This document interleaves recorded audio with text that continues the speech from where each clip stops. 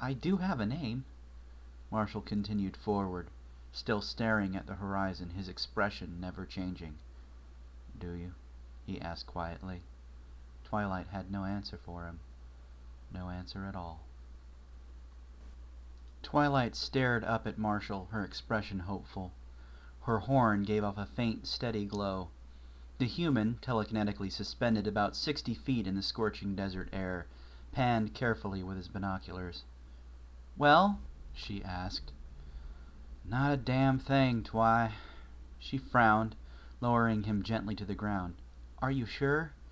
He cased the binoculars and put his sunglasses on, letting out a frustrated sigh. Yes, I'm sure. I'm sorry, Twilight. There's just nothing out there to see. It's been 3 days, Marsh. What if we passed it? He frowned.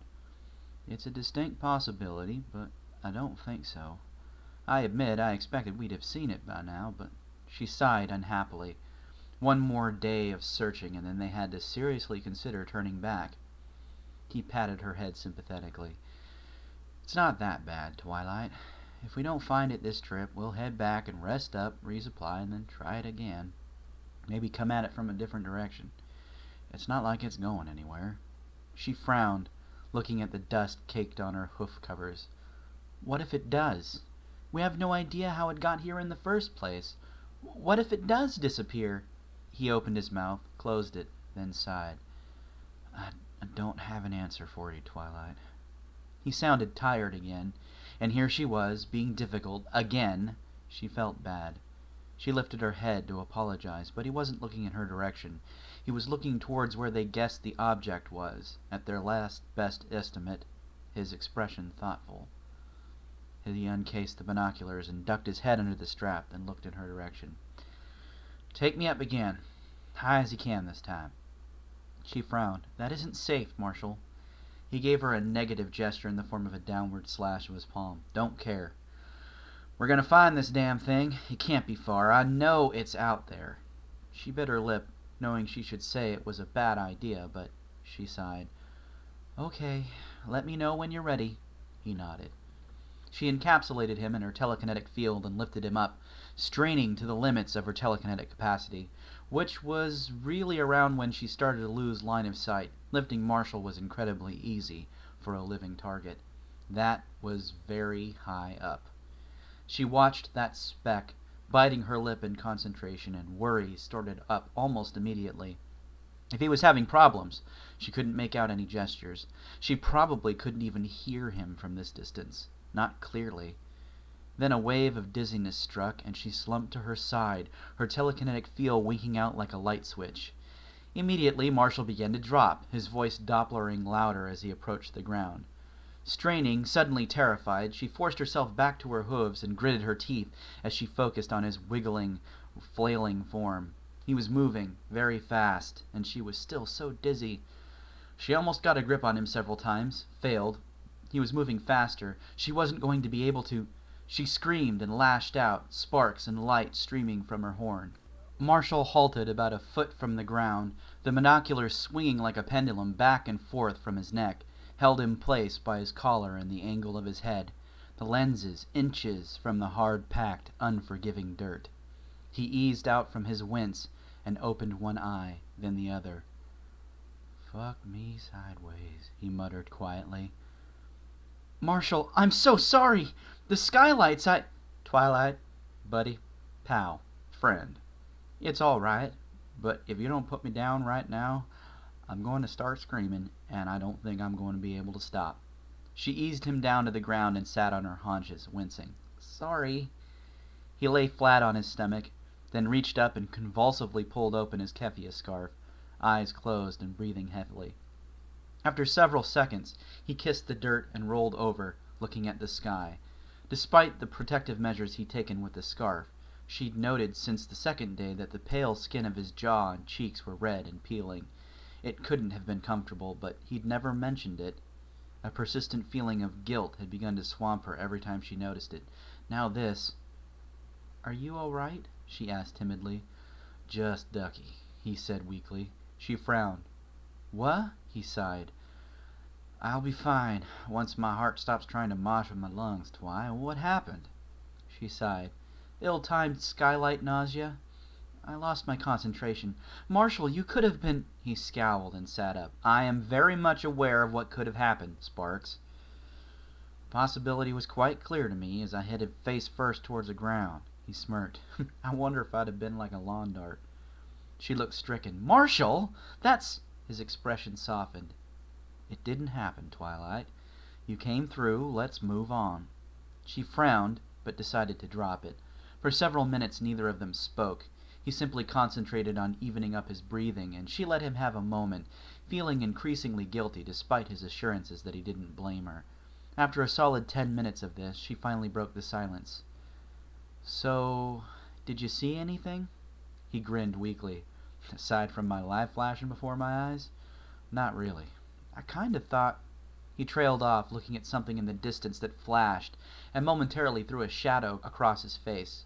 She blinked, and then he grinned and pointed out past her shoulder. She turned, watching as soundless blue lightning crashed into the earth just barely over the horizon. I didn't see anything, but I'll bet you dollars to donuts that what we're looking for is that-a-way. She gave him a hard grin and stood. No bet! Besides, I value donuts higher than dollars. He sighed. Same here. The structure was in a small natural depression that made it difficult to spot from ground level. Marshall chalked his inability to spot it from the air up to bad luck. As they approached, the two could see that it was a single-story, light-tan brick structure sitting on top of a slab of what looked like concrete or stone. Marshall stopped and motioned Twilight closer. He removed his scarf again and crouched down to put his eye level with hers. His eyes shockingly serious. Taking this as a sign that she should probably rein in her impatience, she watched him curiously. I know you're really excited about this building, Twy, but we need to approach this thing with caution. She frowned but said nothing, flicking her ear in a go-on gesture. I'd prefer to sit back and scope it out thoroughly from a distance for a day or so. We have the water, but... I can already tell that ain't gonna happen from the stink eye you're giving me. He smiled wanly. She sighed. He nodded. I know. Trust me. I've had enough time to figure you out, Sparkle. If we're gonna do this, we're gonna do it my way. That means no running ahead. You stay near me, and you keep your eyes and ears open. We're gonna scope it out with the binos from a couple of different angles before we approach, and that is non-negotiable. I gotta tell you, I got a bad feeling about this. She nodded. All right, Marsh, I get it. He surprised her then when he gently put his hands on either side of her muzzle and looked into her eyes. She saw real anxiety there and was transfixed. I mean it, Twilight. No rushing in till we're both ready. We treat this thing like it's full of Antarian brain spiders, okay? She blinked. What's a... He nodded. I don't know. That's the point. We have no idea what's in there, yeah? She stared at him for several beats, then finally nodded and smiled gently. Okay, Marshall. We do this your way. As they approached to within sighting distance, several details became clear. They were obviously approaching it from the rear, and it sat at a very slight angle on the slope, as though it had been dropped into place and not built from the ground up. From here, the two could make out the cleanly cut edges of pipes in the block of concrete it sat on, and a few cut electrical conduits. They realized that what they were looking at was the backside of a building. There's something damn familiar about this, he muttered. He scoped it out with the binos, passed them to her, and then they began to circle it warily. What Marshall identified as a dumpster and some trash cans rested in back, next to a small rear entrance. When they came to an angle that let them see around the edge of the building, Marshall made a sound like he'd been gut-punched. Twilight looked at him, and realized he was now staring dumbfounded at the sight before him. She looked in that direction and noticed that the building did not take up the entire slab upon which it rested. There was a flat space, marked with faded white lines in a rectangular grid pattern. Several odd machines of various colors sat carefully positioned in several of these open boxes. They were of a wild variety of sizes and shapes, though all appeared to have the same function. They all had a glass section up front and sat on what were obviously wheels, but were unlike any vehicle she'd ever seen. Marshall shook his head. "Those are cars. Automobiles. That's a Volvo, and that's some kind of station wagon." His grin became very large. "That is a cherry red 4x4 Chevy truck with aftermarket off-road tires and what looks like a gun rack. The transportation of choice of the greater North American redneck." She frowned. "What?" He shook his head. It'd take a while to explain, Twilight. Let's keep... He stopped again, staring at the front of the building in shocked silence. "Son of a bitch. I guess they really are everywhere." She blinked, staring at what appeared to be a colorful storefront. She stared up at what was obviously a store logo. "Okay, I know what coffee is, but what the hey is a Starbucks?" she asked. He shook his head. "Just what it would appear to be, Twilight. We found the Starbucks coffee shop at the end of the universe. It's a franchise chain, hundreds of locations. What the fuck is it doing out here?" She scanned the storefront with the binoculars. "I can't see in. It's a bit too dark. Oh, wait, Marshall, something's been at it. Look over to the left." She passed the binoculars over to him, and he scanned where she'd indicated. Sure enough, there was a sizable hole torn out of the side, about the size of one of the windows and crumbled at the edges, as though someone had tried to shove a car through one of the large plate windows, then wrenched it back out. He also noted another powder blue subcompact that had been hidden by the good 5 or 6 foot difference between the slab's edge and the desert floor, that someone had rolled onto its side, probably from trying to drive off the concrete, misjudging the distance and trying to take it too slow. The side door pointed at the sky looked torn open and mangled, ballooned outward with terrific force. Marshall shook his head and bit his lip. "That don't look good." She looked at him, now a little worried at the obvious signs of violence. "Should we..." He shook himself. "Let's get up on the parking lot, carefully. Me first, then you when I'm sure it's clear." She frowned, but nodded. They approached, passing the subcompact as they did so. From this distance they could see that the earth was torn up around it, with fresh earth turned in a strange circular pattern around the wreck. Marshall cautiously approached and looked into the rent in the side door, noting that the other door had been burst inward with about the same force. There was no sign of any of the occupants, but there were suspicious brownish stains at the edge of the ragged, torn metal. Marshall crouched against the cool concrete base, unslinging his carbine and putting it up on the edge of the parking lot before grabbing the edge and pulling himself up. Twilight watched him disappear over the edge with some trepidation, a sudden chill striking her now that her companion was out of sight. He picked up the carbine and took cover behind the Volvo, scanning the roof and the interior of the dark building, what he could see of it. It looked like someone had stacked some boxes up into a makeshift sort of ladder, off around the central counter. If he remembered correctly, that was around where... He frowned. Where the roof access usually was, mostly only accessible for maintenance of the AC units and fans on the roofs of such buildings. "Marshall?" Twilight called softly. He eased backward, peeked over the edge, and nodded. "Okay, Twilight. Come on up." She teleported next to him and took cover like he did behind the Volvo. Neither of them noticed the slight bulge of earth that her hooves had been resting on before she teleported, eased slowly back into flatness. They were too busy focusing on the enigmatic coffee shop in front of them. "Twilight, I want you to give me a boost up the roof before we go in," he said firmly. She frowned. "Okay. Mind telling me why?" "Just humor me, yeah?" She gave him the pony equivalent of a shrug, and the two of them approached the Starbucks gingerly, as though they expected to be fired upon at any moment. It was immediately apparent that something untoward had gone down inside.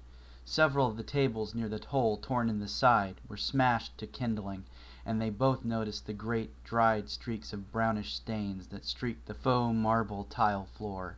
It looked as though something, or someone, who had been mortally injured had been drug out that hole and out into the desert, leaving a trail of gore behind them to quickly dry and harden in the desert heat. Neither of them was reassured by this. Pausing next to the entrance, Marshall readied his carbine and nodded to Twilight. She lifted him up slowly and smoothly, and he scanned the rooftop. She brought him closer, and he dropped down to the lip of a short wall that circled the top of the roof. He lowered the rifle and scanned the rooftop in disbelief, shaking his head. "What is it, Marshall?" He stepped off of the short wall and onto the roof proper, then disappeared from view. "Marshall?"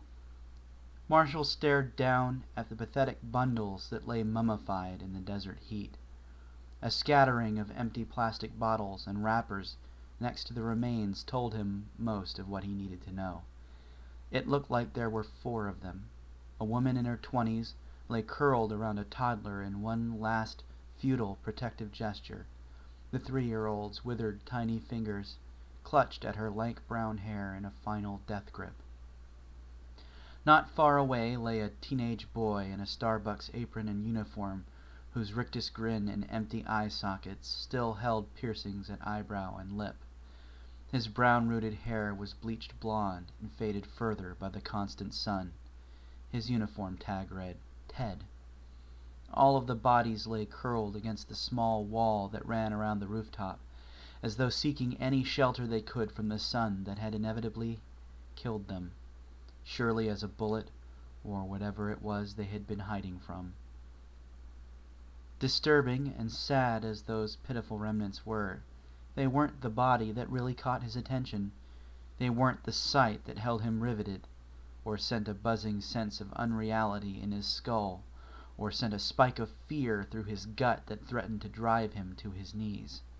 No, at his feet was a man in a half of a business suit, tie and coat removed and tied around his head in a sort of half-assed turban held in place by a simple red silk business tie.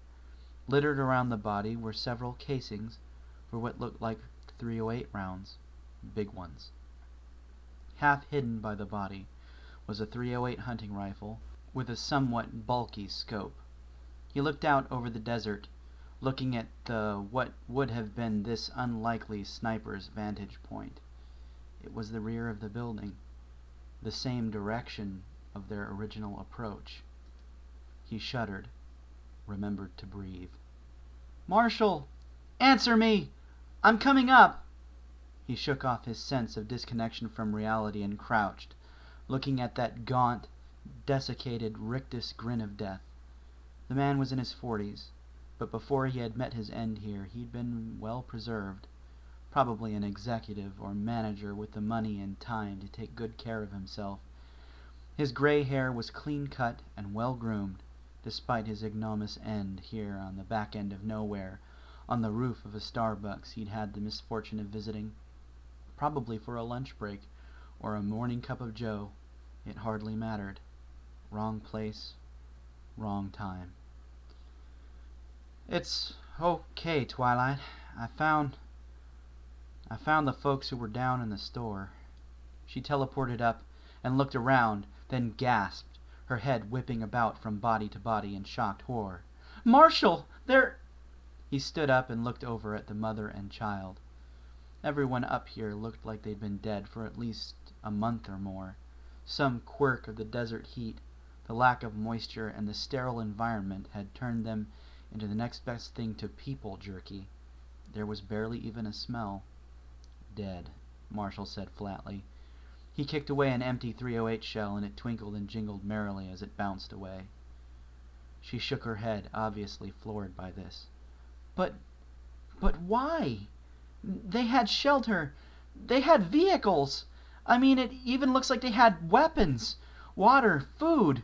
Why just come up here and—" He turned and looked at her, and a part of him couldn't help but focus heavily on her neck, the exact spot where he was pretty sure she'd have been fatally struck in his dream.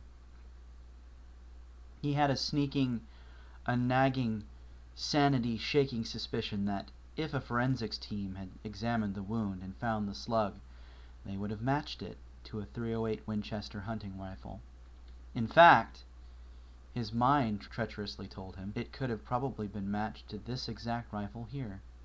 What did it mean? Did it mean anything? Should he even mention it? I don't know, Twy. He shuddered and turned his gaze forcefully away from her to look out over the desert, and a quiet, moaning wind began to howl around them, like the soft morning noises of the departed.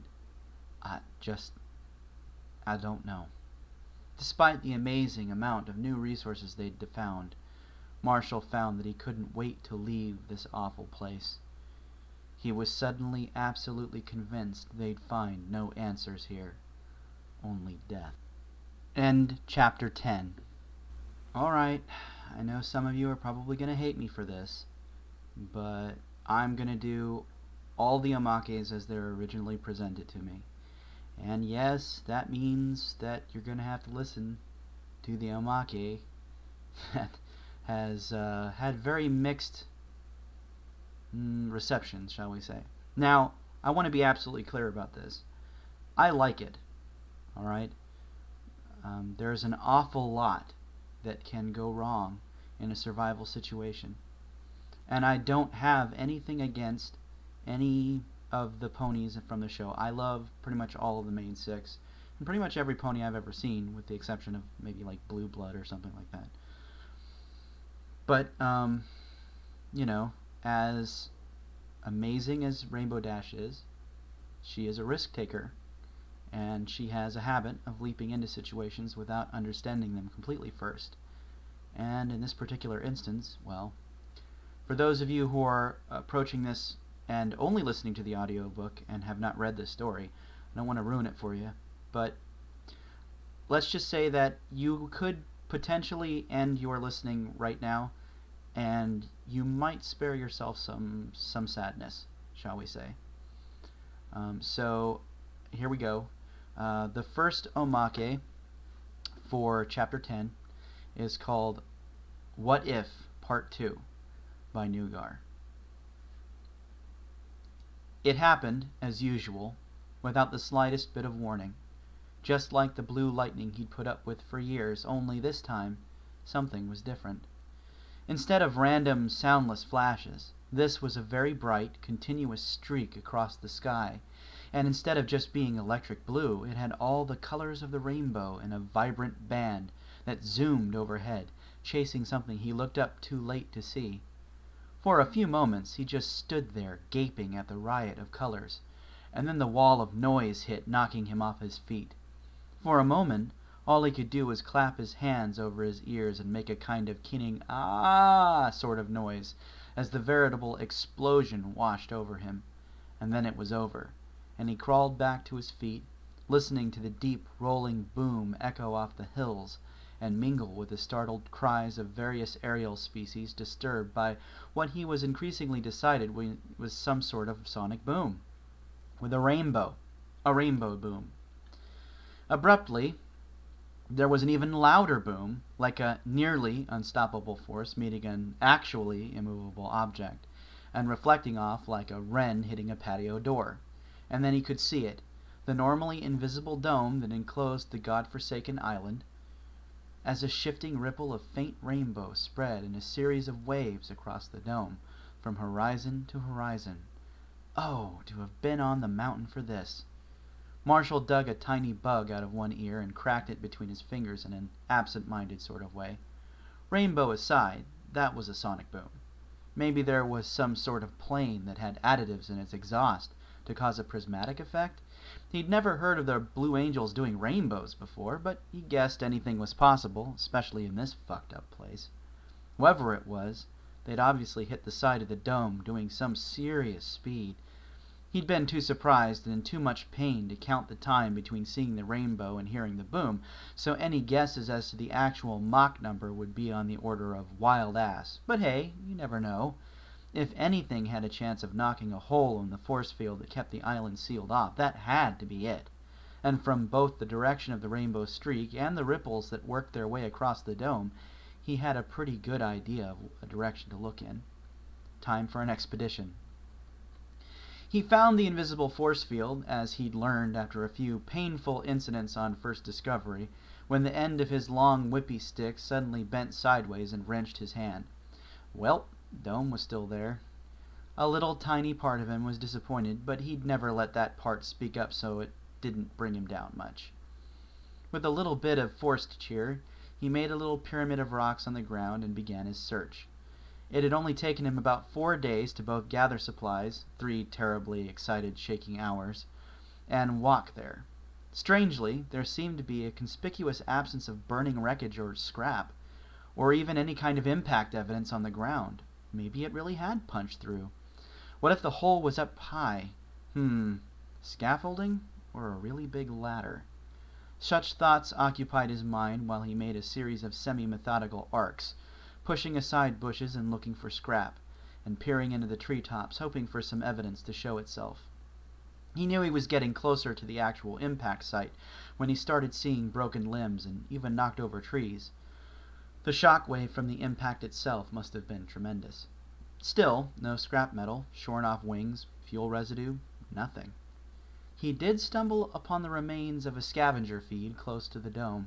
Some shattered bone bits thrown around, and some tufts of multicolored but predominantly blue hair. Most of it was too scattered to identify, having been consumed by little scavenging birds and mammals, but he thought he recognized one scrap as a hoof, like from a horse, sitting upright like a little rind of fruit with nothing inside, not even an ankle bone. Whatever it was had apparently had feathers, too. Long, bright blue ones, like flight feathers, or possibly crest feathers? Fur and feathers? With a mental shrug, he wrote it off as just one of those things, though he did save the least damage of the feathers and tucked a small one behind his ear. After several days of searching, he gave up, a little bit older, a little bit sadder. Yet another tiny hope smashed by the island. He gave one final farewell to the being or beings that had made the sonic rainbow, hoping that they'd made it home, and suspecting that they'd escaped the only way any of them really could. End Omake 1. Well, like I said, that's a pretty dark Omake. But, again, there's more to stories than just happiness and rainbows and sunshine. Sometimes there's sonic rain splorches, which is what Nugar refers to that as.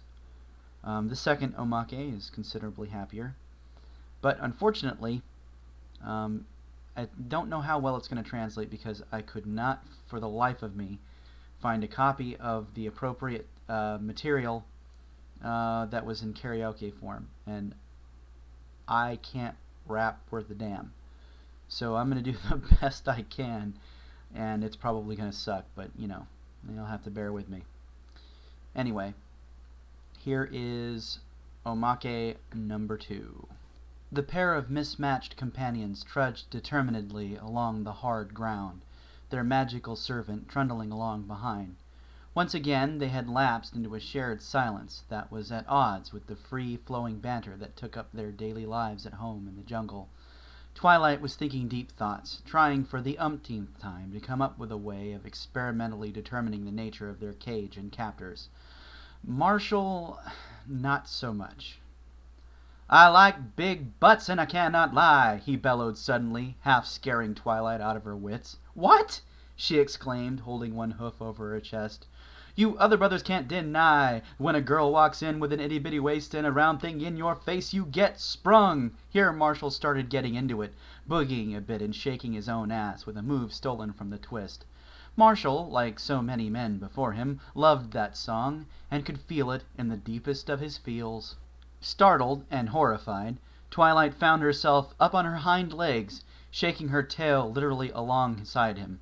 "I do not have a big butt!" she wailed in futile protest, her magical nature pulling her into the song, kicking and screaming, as it were. "Wanna pull up tough 'cause you noticed that bust was stuffed deep in the jeans she's wearing. I'm hooked and I can't stop staring. Oh baby, I wanna get with ya and take your picture. My homeboys tried to warn me, but that butt you got makes me so horny," Twilight moaned, then blushed scarlet and held one hoof over her mouth and one over the tip of her horn, giving Marshall a slightly panicked and increasingly irate look. Marshall just grinned like the deranged, sunburned maniac he was. Ooh, rumpa smooth skin. Say you want to get in my bands? Well, use me, 'cause he ain't that average pony.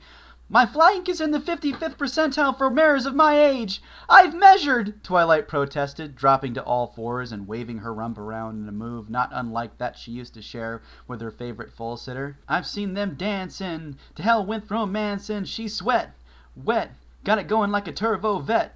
6 significant figures, Twilight wailed. I'm tired of magazines saying flat butts are the thing. Hit the average black man, ask him what, she's got to pack much back. Twilight found herself backing up against Marshall and Grinding, who looped one arm around in the air as if he was waving a cowboy hat and mimed slapping dat ass.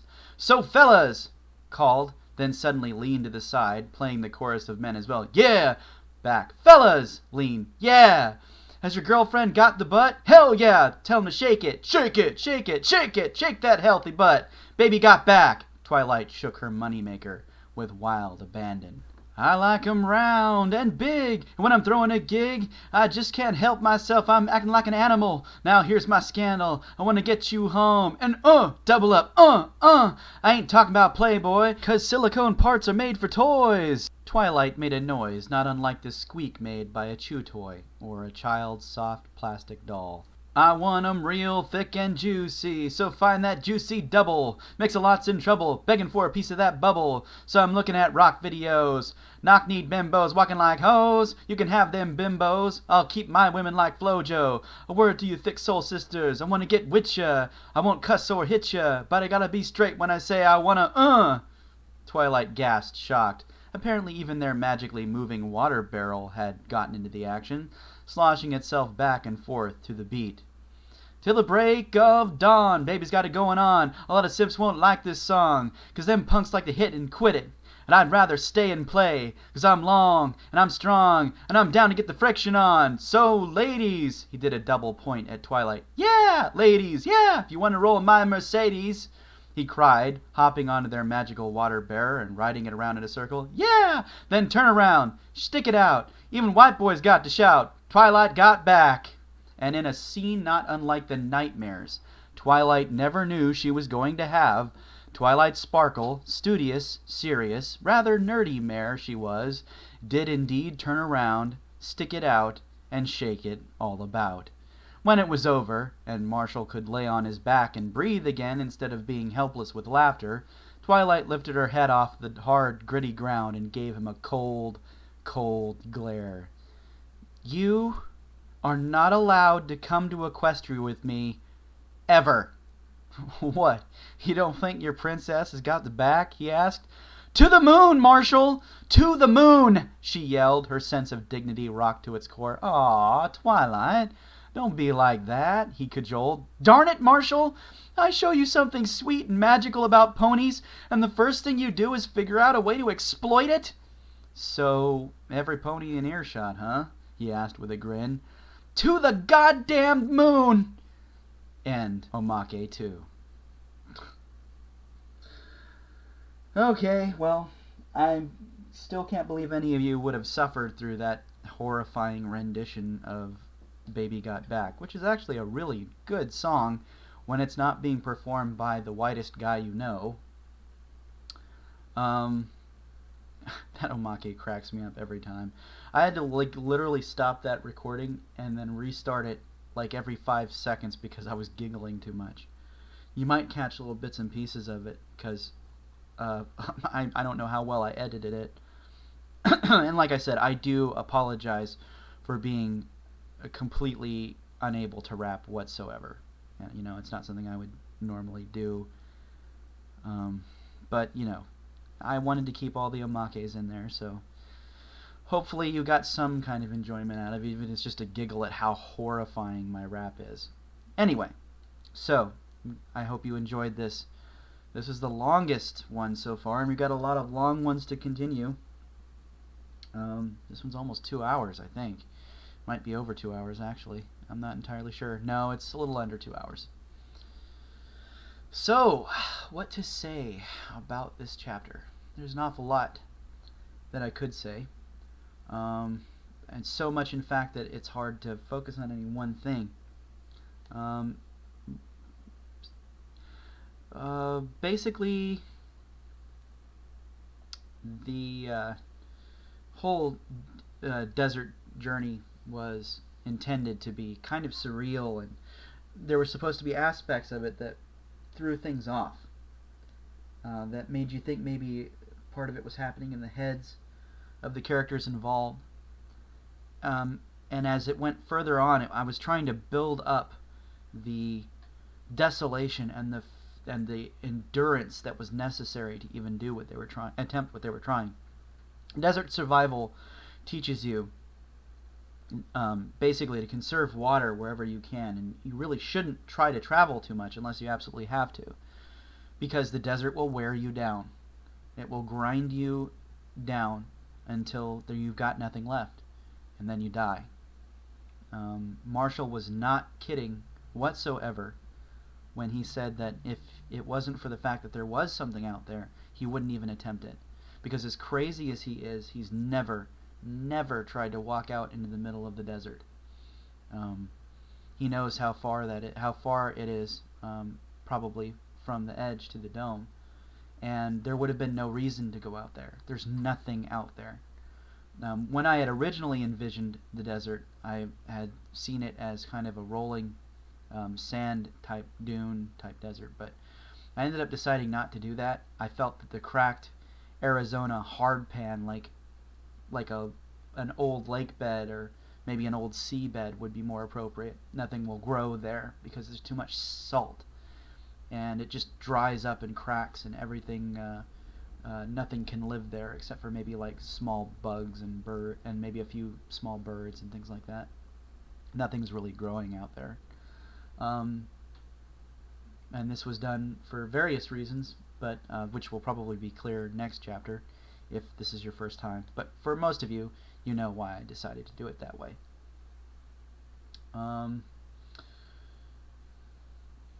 The Starbucks was literally something I threw in there because it furthered the plot, yes, but also because I thought it was really funny.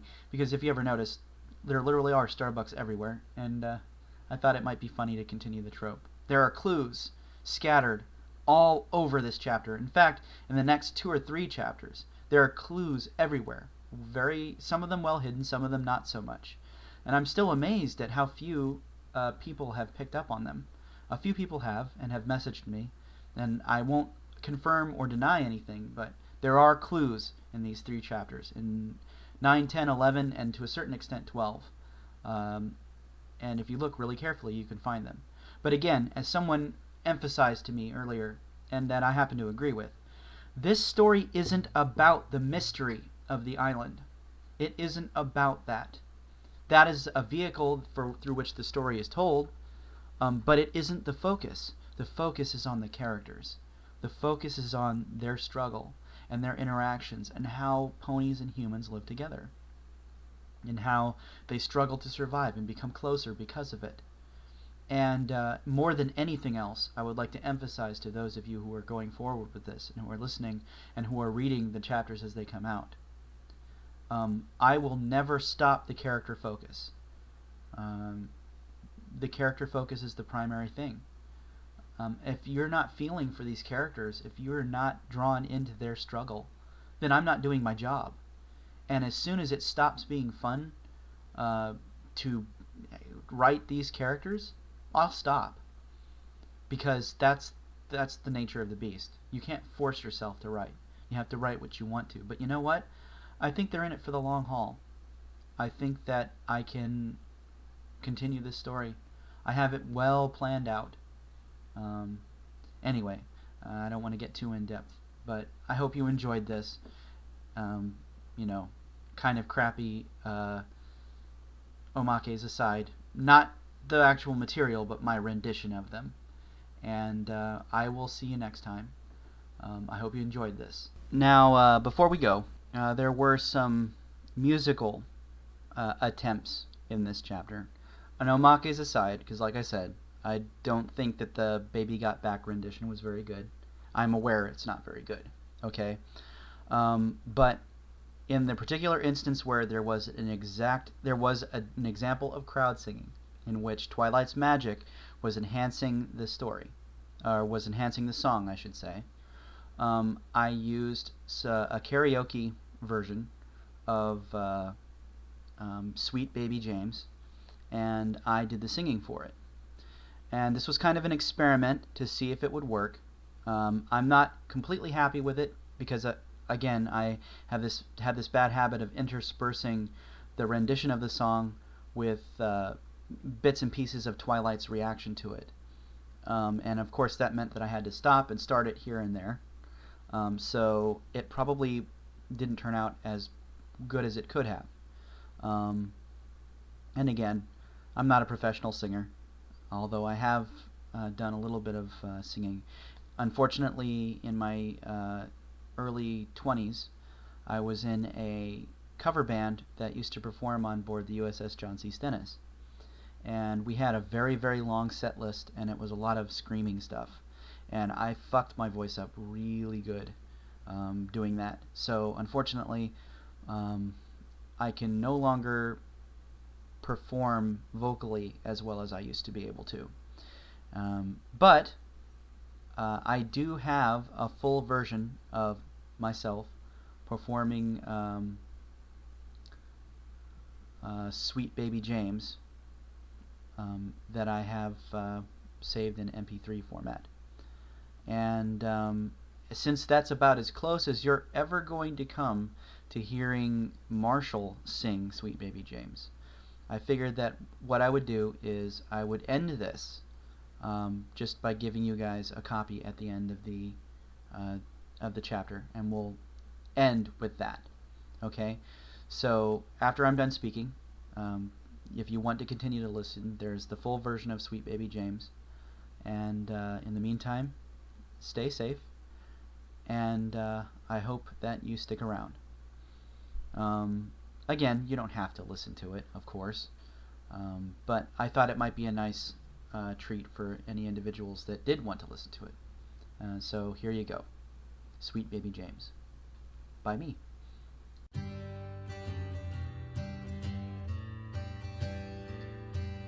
There is a young cowboy who lives on the range.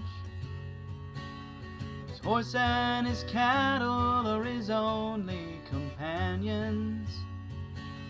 He works in the saddle and he sleeps in the canyons, waiting for summer, his pastures to change.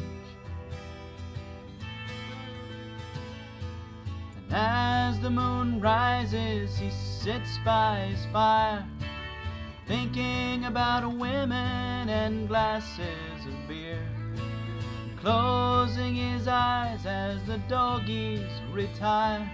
He sings out a song which is soft but it's clear, as if maybe someone could hear. Good night, you moonlight ladies, rock-a-bye, Sweet Baby James. Deep greens and blues are the colors I choose. Won't you let me go down in my dreams and rock-a-bye, Sweet Baby James. Now the 1st of December was covered with snow, so was the turnpike from Stockbridge to Boston. Lord, the Berkshires seemed dreamlike on account of that frosting. With 10 miles behind me, 10,000 more to go. There's a song that they sing when they take to the highway, a song that they sing when they take to the sea, a song that they sing of their home in the sky. Maybe you can believe it if it helps you to sleep, but singing works just fine for me. So good night, you moonlight ladies, rock-a-bye, Sweet Baby James. Deep greens and blues are the colors I choose. Won't you let me go down in my dreams and rock-a-bye, sweet baby Jane?